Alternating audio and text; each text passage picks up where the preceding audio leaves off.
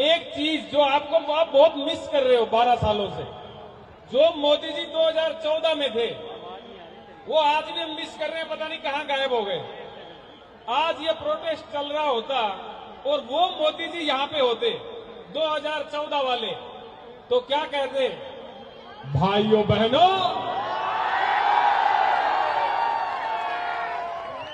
मेरे देश के युवा, भारत का भविष्य,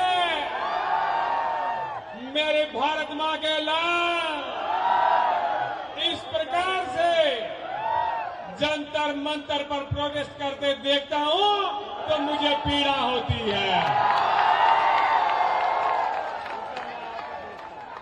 भाइयों बहनों, जिस प्रकार से आप लोगों पर आंसू गैस का गोला छोड़ा गया,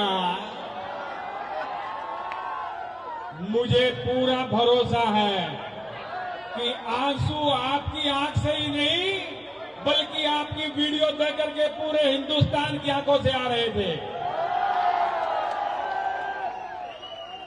भाइयों बहनों, मैं अगर सत्ता में होता, मैं सत्ता में रहा हूं, मुझे पता है कैसे क्या होता है।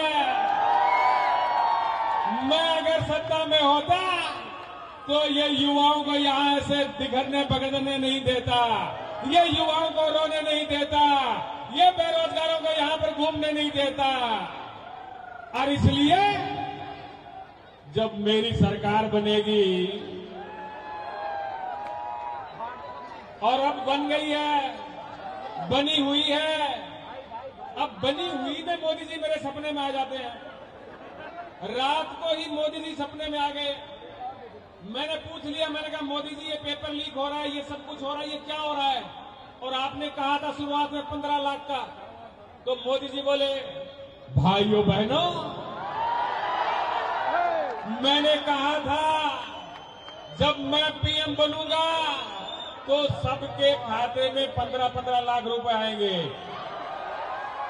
और अब मुझे जरा बताइए, अगर एक आध पेपर लीक होने से अगर किसी के खाते में 15-15 लाख रुपए आते हैं तो इसमें घाटा है क्या? एक आध का तो फायदा है, लेकिन घाटा हमारा सबका है। और दोस्तों, मैं इतना ही कहूंगा कि जितने दिन से आप लगे हुए हो, बहुत लोगों को ये उम्मीद भी नहीं थी कि इतने दिन ये चलेगा, लेकिन हम लोगों की एकता और संयम से, शांति से ये इतने दिन निकले हैं। और साथियों, जब तक जीत हासिल नहीं होती, हमें और डटे रहना है।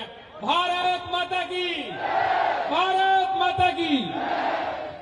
तो दोस्तों, इसी इच्छा के साथ कि सचमुच के प्रधानमंत्री भी इस देश के युवा से मिलने का, उससे बात करने का, उनकी आंखों में आंखें डालकर देखने की हिम्मत करें।